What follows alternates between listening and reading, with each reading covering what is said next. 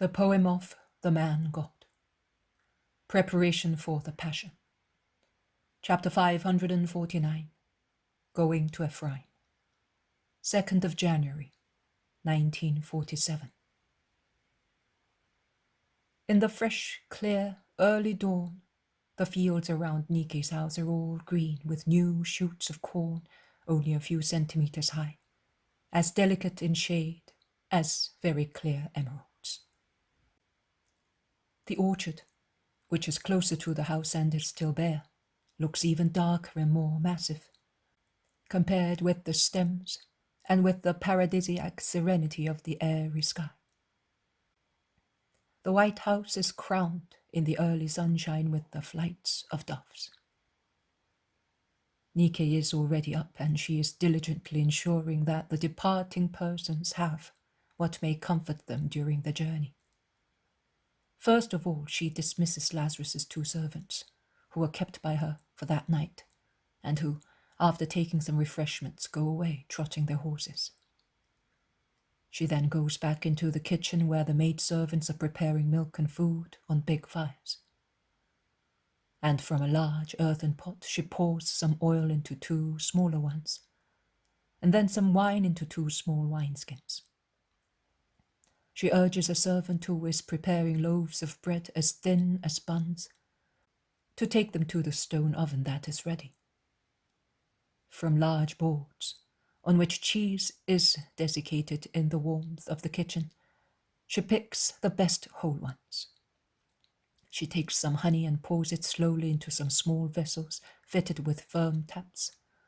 She then makes up several bundles containing the foodstuffs, and one of them contains a whole kid or lamb that a servant takes off the spit on which it was roasted. Another contains apples as red as corals. In another, there are edible olives. In a third one, there are dried currants. There is one of peeled barley. She is closing this last package when Jesus enters the kitchen and greets all the people present. "Master, peace to you. Are you up already?"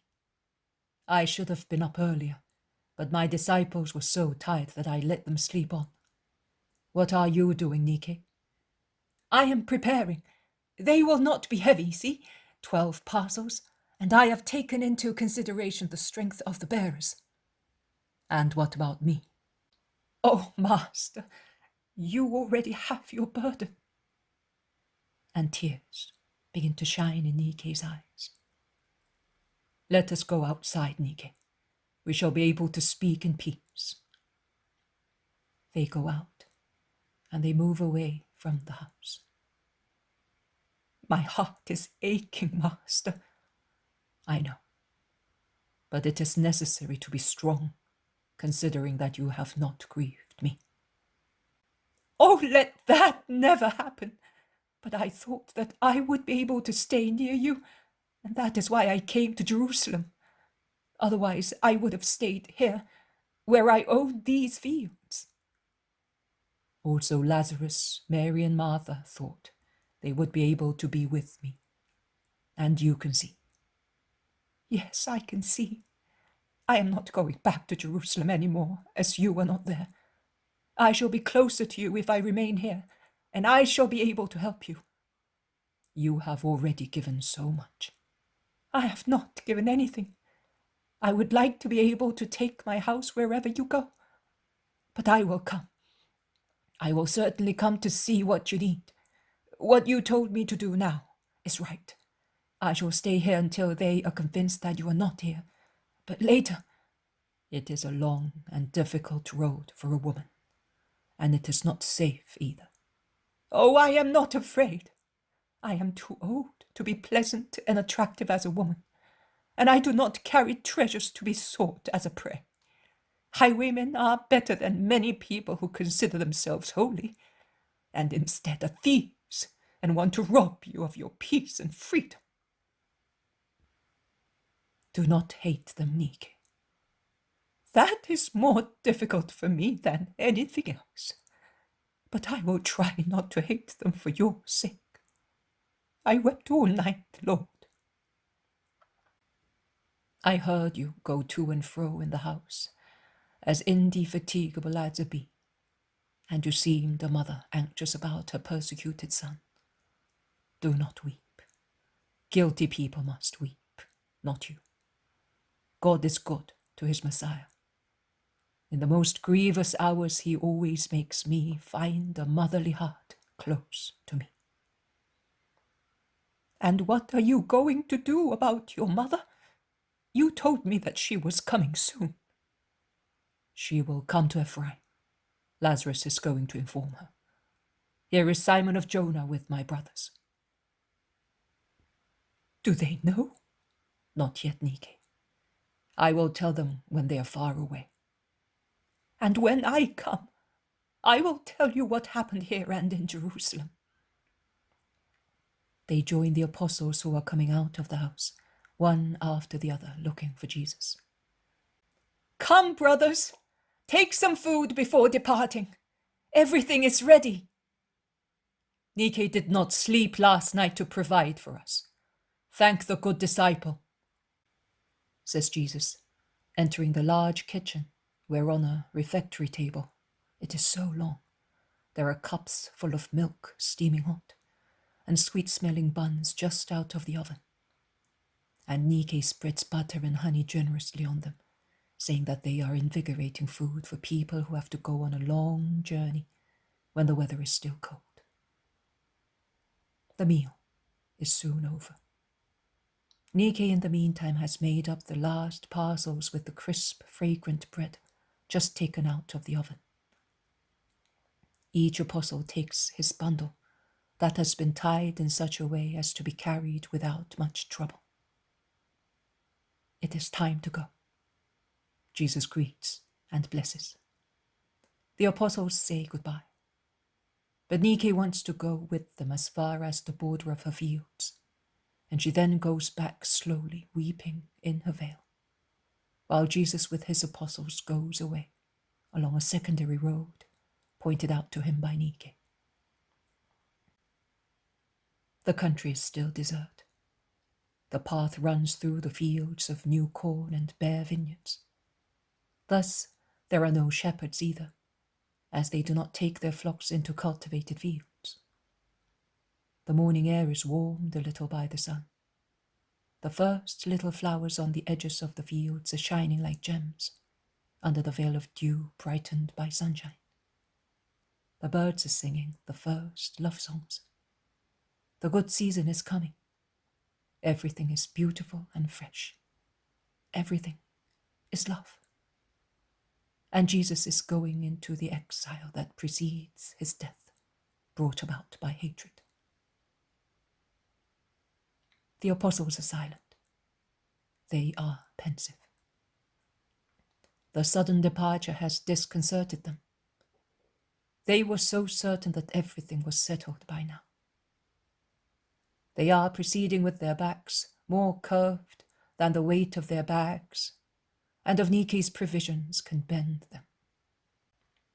They are bent by disappointment and by the ascertainment of what the world and men are. Jesus instead, although he is not smiling, is neither sad nor dejected. He is walking with his head erect, ahead of everybody, without arrogance, but also without fear. He is proceeding like one who knows where to go and what to do. He walks courageously, like a hero, whom nothing shakes or frightens. The secondary road joins with the main one, which Jesus takes going northwards. And the apostles follow him without speaking. As the road comes from Galilee and through the Decapolis and Samaria goes to Judea, there are wayfarers on it, mostly caravans of merchants. As time goes by, the sun becomes pleasantly warmer and warmer when Jesus leaves the main road to take another path that across the cornfields goes towards the first hills. The apostles cast glances at one another. Perhaps they begin to understand that they are not going towards Galilee along the road in the Jordan Valley, but are instead going towards Samaria. But they remain silent. When they arrive at the first woods on the hills, Jesus says, "Let us stop and rest while we take some food." The sun indicates that it is midday. They are near a torrent with little water in it, as it has not rained for some time. But its little water is clear in the gravel bed, and its banks are spread with large stones that can be used as tables and seats. They sit down after Jesus has blessed and offered the food, and they eat in silence, and as if they were lost in thought. Jesus rouses them, saying, "Are you not asking me where we are going? Do your worries of the future make you dumb? Or do I no longer seem to you to be your master?" The 12 raised their heads. 12 distressed, or at least bewildered faces that turned towards the tranquil face of Jesus, and one only, "Oh," is exclaimed by 12 mouths. And the exclamation is followed by the reply of Peter, who speaks on behalf of everybody. "Master, you know that we always consider you our master. But since yesterday, we are like people who have received hard blows on their heads, and everything seems a dream to us. And although we see and know that it is you, you seem to be already far away. We somehow have had this impression since you spoke to your father before calling Lazarus, and since you brought him out of his sepulchre, tired as he was, only by means of your will, and you made him live only by the strength of your power. You almost frighten us. I am speaking of myself, but I think it is the same for everybody. And now, this departure, so sudden and so mysterious." Have you a double fear? Do you feel that the danger is more impending? Do you feel that you do not have the strength to face and overcome the last trial? Speak without restraint. We are still in Judea. We are near the low roads that take one to Galilee. Everyone may go if he wishes, and you can go in time to avoid being hated by the Sanhedrin." The apostles are roused by these words. Those who were almost lying on the grass, warmed up by the sun, sit up. Those who were sitting stand up. Jesus goes on. "Because as from today, I am the legally persecuted one. Bear that in mind. Just now, they are about to proclaim in the 500 and more synagogues, in Jerusalem and in those of the towns that have received the ban issued yesterday at the 6th hour, that I am the great sinner, and that whoever knows where I am must denounce me to the Sanhedrin, so that I may be captured." The apostles shout as if they already saw him captured. John clings to his neck, moaning, "Oh, I have always foreseen that!" And he sobs loud. Some curse the Sanhedrin, some invoke divine justice, some weep, some become petrified. "Be silent and listen.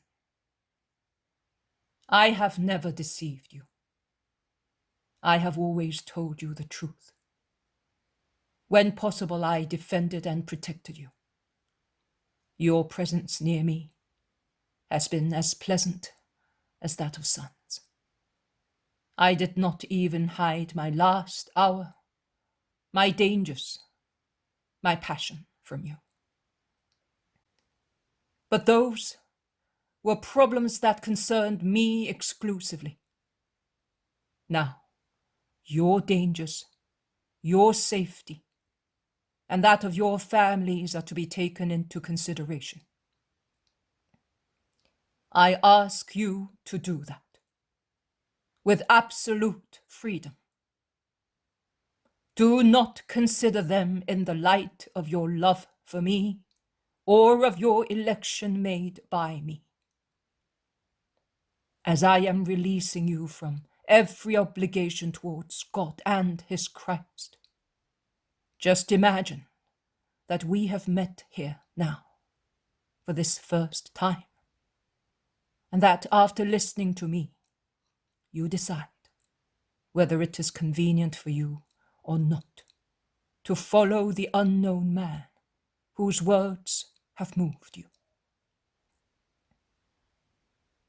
Imagine that you hear and see me for the first time, and that I say to you, bear in mind that I am persecuted and hated, and that whoever loves me is persecuted and hated as I am. In his person, his interests, his affections. Remember that persecution may end up with death and the confiscation of the family property. Think it over and decide. I will love you just the same if you say to me, Master, I cannot come with you anymore. Are you becoming sad?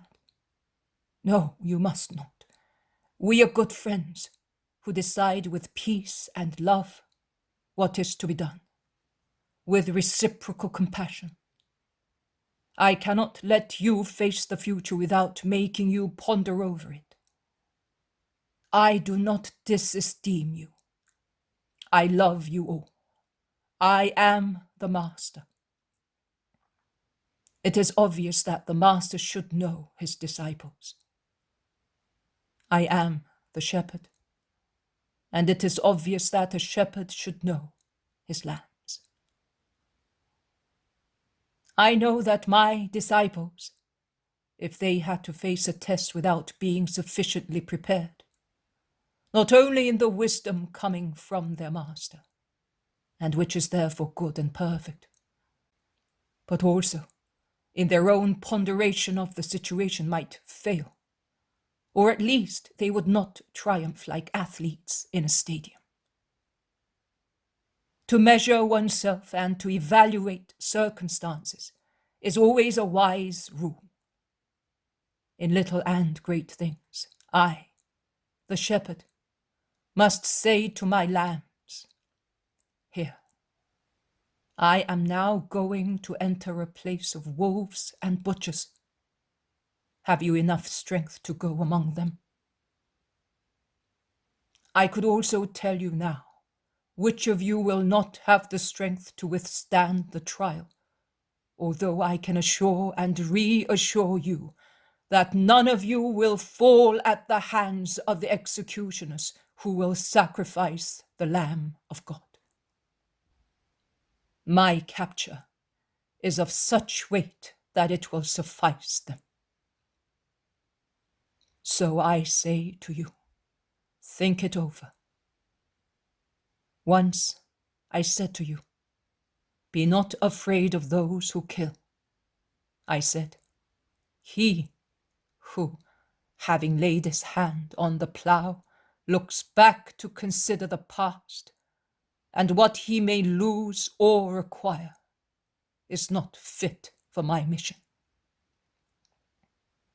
But they were the rules to give you the measure of what it meant to be disciples, and rules for the future that will take place when I am no longer the master, but my believers are masters. They served to strengthen your souls.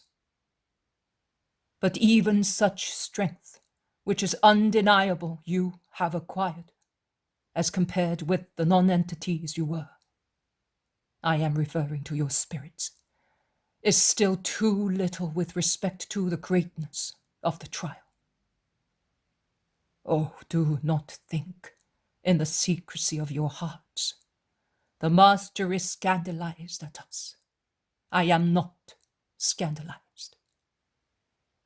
On the contrary, I tell you that you must not be scandalized, neither now nor in the future, at your own weakness. In all future times, there will always be people among the members of my church, both lambs and shepherds, who will be inferior to the greatness of their mission. There will be periods when the idle shepherds and the idle believers are more numerous than the true shepherds and the true believers. Periods of eclipse of the spirit of faith of the world. But an eclipse is not the depth of a star. It is only a temporary, more or less partial obscuring of a star. Afterwards, its beauty reappears and it looks brighter. The same will happen to my fold. I say to you, ponder over it. I say so to you as your master, shepherd, and friend. I leave you completely free to discuss the matter among yourselves. I am going over there to that thicket to pray. One by one will come and tell me what you have decided. And I will bless your sincere honesty, whatever it may be. And I will love you for what you have given me so far. Goodbye. He stands up and goes away. The apostles are terrified, puzzled, moved. At first they cannot even speak. Then Peter is the first to say, "May hell swallow me if I want to leave him. I am sure of myself. Even if all the demons in Gehenna led by Leviathan should come against me, I will not move away from him out of fear." "Neither would I. Am I to be inferior to my daughters?" says Philip. "I am sure that they will do him no harm. The members of the Sanhedrin threaten, but they do so to convince themselves that the Sanhedrin still exists. They know very well that they have no power if Rome is not agreeable. Their sentence, it's Rome that judges," says Iscariot boldly. "But the Sanhedrin is still concerned with religious matters," remarks Andrew. "Are you afraid, perhaps, brother? Bear in mind that there have never been cowards in our family," says Peter, threateningly, as he feels that his heart is overflowing with warlike spirit. "I am not afraid, and I hope I shall be able to prove it. I am only telling Judas what I think." "You were right. But the mistake of the Sanhedrin consists in wishing to make use of a political weapon, as they do not wish to say or to be told that they have lifted their hands against the Christ. I know that for certain. They would like, that is, they would have liked to make Jesus commit sin and thus make him contemptible to the crowds. But with regard to killing him, no. They are afraid. Their fright has no human comparison because their souls are frightened. They do know that he is the Messiah. They know that very well. So much so that they realize that they are done for because the new time is coming and they want to overthrow him. But will they overthrow him? No. That is why they are seeking a political reason so that the proconsul, that is Rome, should overthrow him. But the Christ does no harm to Rome, and Rome will do no harm to him. And the members of the Sanhedrin are howling in vain. So, are you staying with him? Of course, more than anybody else. I have nothing to lose or to gain by staying or going away. I have only to love him, and I will do that, says the zealot. I recognize him as the Messiah, and consequently, I will follow him, says Nathanael. So will I. I have believed him to be the Messiah since John the Baptist pointed him out to me as such, says James of Zebedee. We are his brothers. To our faith we add the love of kinship. Is that right, James? Says Thaddeus. He has been my son for years, and I follow his course.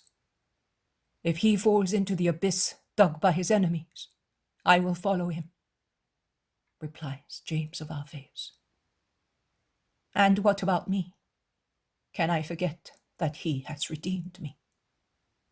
Asks Matthew. My father would curse me 7 times 7 if I should leave him. In any case, even if it were only for Mary's sake, I would never part from Jesus, says Thomas. John does not speak. His head is lowered. He looks dejected. The others mistake his attitude for weakness, and many ask him, and what about you? Are you the only one who wants to go away? John looks up, so pure, also in his attitude and eyes, and fixing his limpid blue eyes on those who are questioning him, he says, I was praying for all of us, because we want to say and do things, and we rely on ourselves. And by doing so, we do not realize that we challenge the words of the Master. If he says that we are not prepared, it means that we are not. If we have not become prepared in 3 years, we shall not become so in few months. What are you saying, in few months? What do you know? Are you a prophet, perhaps? They assail him with questions, almost reproaching him. I know nothing. So, what do you know? Has he perhaps told you? You always know his secrets, says Judas of Kerioth with envy. Do not hate me, my friend, if I understand that the fine weather is over. When will it be? I do not know. I know that it will happen. He says so. How many times has he said so? We do not want to believe it, but the hatred of the others confirms his words. So I pray, because there is nothing else to be done. I pray God to make us strong. Do you not remember Judas, when he told us that he had prayed his Father to have strength against temptations?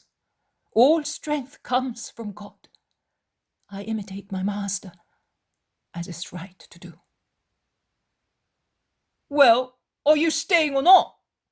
Asks Peter. And where do you want me to go if I do not stay with him who is my life and welfare? But as I am a poor boy, the most miserable of all, I ask everything of God, the Father of Jesus and ours. That is settled, so we are all staying. Let us go to him, as he's certainly sad. Our loyalty will make him happy, says Peter. Jesus is prostrated in prayer, with his face on the ground, in the grass. He is certainly imploring his Father. But at the shuffling of feet, he stands up and looks at his apostles, He looks at them with a rather sad gravity. "Be happy, Master. None of us are going to leave you," says Peter. "You have decided too soon, and hours or ages will not change our minds," says Peter. "Neither will threat change our love," proclaims the Iscariot. Jesus stops looking at them as a group, and he gazes at them one by one. A long look which everyone withstands fearlessly. His eyes delay in particular on the Iscariot, who looks at him more resolutely than the others. He opens his arms in a gesture of resignation, and he says, "Let us go. You, all of you, have signed your destiny." He goes back to the place where he was. He picks up his bag and says, "Let us take the road to Ephraim, the one they pointed out to us."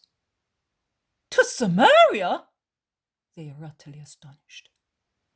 "To Samaria, or at least to its borders. John also went to live there until the hour fixed for his preaching the Christ." "But that did not save him," objects James of Zebedee. "I am not trying to save myself, but to save. And I will save at the appointed hour. The persecuted shepherd is going to the most unfortunate sheep, so that, forlorn as they are, they may have their share of wisdom to prepare them for the new time." He strides away, after the stop that had served both to rest and to respect the Sabbath, as he wishes to arrive before the paths become impassable at night. When they arrive at the little torrent that flows from Ephraim towards the Jordan, Jesus calls Peter and Nathanael and gives them a bag, saying, "Go ahead and look for Mary of Jacob. I remember that Malachi told me that she is the poorest woman in the village. In spite of her large house, now that she has no sons and daughters in it, we will stay with her. Give her plenty money so that she may give us hospitality without applying to many people. You know where the house is. It is the large one, shaded by 4 pomegranate trees, near the bridge across the torrent." "We know, Master. We will do as you say." They go away quickly, and Jesus follows them slowly with the others. From the dell, in the middle of which the torrent flows, one can see the white houses of the village in the late daylight and in the early moonlight. There is not a soul about when they arrive at the house that is all white in the moonlight. Only the torrent can be heard in the silence of the night. Turning round and looking at the horizon, one can see a large stretch of the starry sky bend over a large expanse of ground that slopes downwards towards the desert plain that stretches as far as the Jordan. A solemn peace reigns over the earth. They knock at the door. Peter opens it. "Everything is settled, Lord. The old woman wept when we gave her the money. She had not a coin left. I said to her, 'Do not weep, woman. There is no more pain where Jesus of Nazareth is.' She replied to me, 'I know. I have suffered all my life, and just now I was at the very limit of endurance. But heaven opened on the evening of my life and brought me the Star of Jacob to give me peace. She is now preparing the rooms that have been closed for such a long time. There isn't very much, but the woman appears to be very good. Here she is. Woman, the rabbi is here.' A very thin old woman comes forward, her meek eyes full of melancholy. She stops perplexed, a few steps from Jesus. She feels uneasy. Peace to you, woman. I shall not give you much trouble. I wish you could walk on my heart to make it more pleasant for you to enter my poor house. Come in, Lord, and may God enter with you. She has recovered her breath and taken heart in the light of Jesus' glance. They all go in and close the door. The house is as large as a hotel and as empty as a desert. Only the kitchen looks cheerful because of a bright fire in the fireplace in the middle of the room. Bartholomew, who is tending the fire, turns round and says, smiling, "Console the woman, master. She's sad because she cannot honor you." "Your heart is enough for me, woman. Do not worry about anything. We will provide tomorrow. I am poor as well. Bring her our provisions. Poor people share their bread and salt without shame, but with brotherly love. Filial love in your case, woman, because you could be my mother, and I honor you as such." The woman weeps the silent tears of an old, distressed soul, wiping her tears with her veil, and she whispers, "I had 3 sons and 7 daughters. One of the sons was carried away by the torrent, and another one by a disease. The third one has left me. 5 of the girls caught the same disease as their father had and died. The 6th died of childbirth, and the 7th, what death did not do, sin did. In my old age, I am not honored by my children, and it makes me so. In the village, they are good to me. That is, to the poor woman. You are kind to the mother. I have a mother too, and in every woman who is a mother, I honor her. But do not weep. God is good. Have faith, and the children who are still left may come back to you again. The others are in peace. I think it is a punishment, because I come from this place. Have faith. God is more just than men." The apostles who had gone to their rooms with Peter come back.